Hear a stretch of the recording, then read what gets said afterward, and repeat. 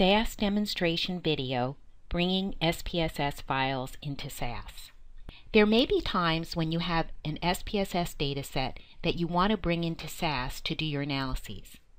This is a straightforward operation now that we know how to work with permanent SAS datasets.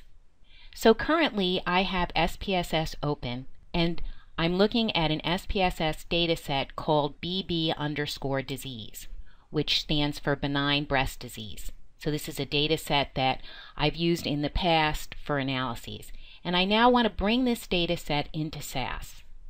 So in SPSS, to do that, we are going to go to File, Save As. What we want to do is save this file as a permanent SAS dataset. So I want to save this dataset to my flash drive. And again, I'm going to call it BB_disease.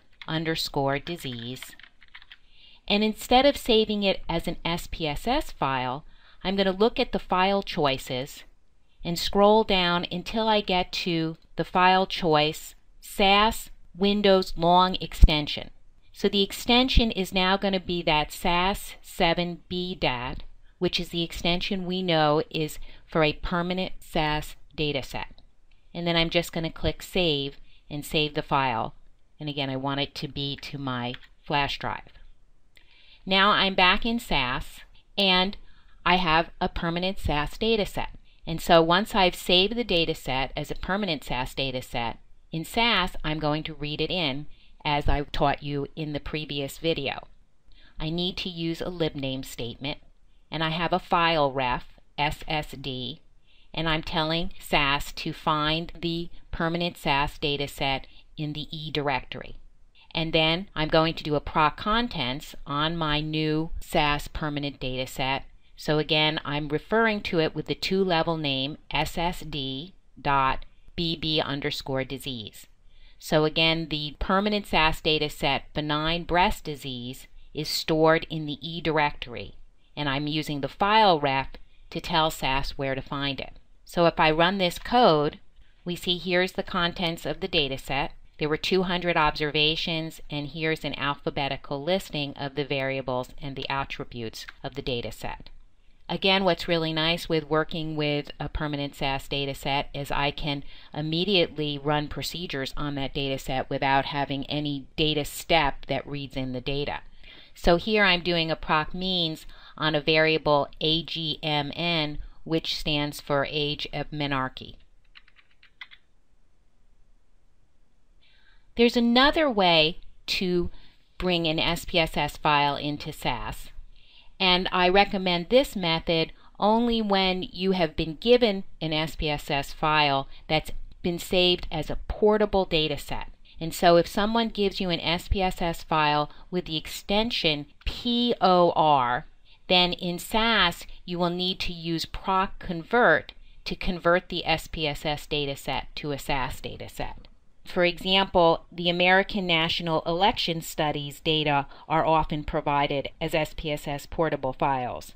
And in general, public policy and social research data can also come as SPSS portable files. So notice the code here is slightly different from the code above. We start with a file name statement instead of a libname statement.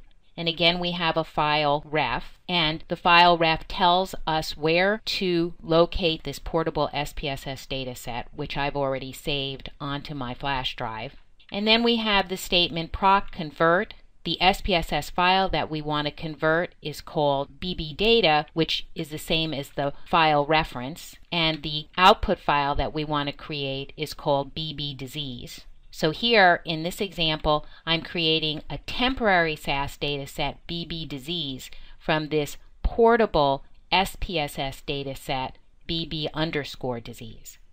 You would want to use this method if you've been given a portable SPSS dataset. If you were taking your own SPSS dataset and wanting to bring it into SAS, then I recommend saving it as a permanent SAS dataset. But so just to show you how proc convert works, basically you just run this code and we do a proc contents, and you see here that now we are looking at a temporary data set that was created from proc convert. It's called work.bbdisease. It has 200 observations.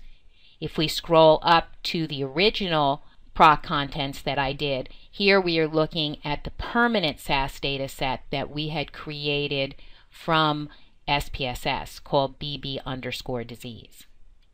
So there are two different methods of bringing an SPSS file into SAS. Both of the methods are straightforward. This concludes the demonstration on bringing in SPSS files to SAS.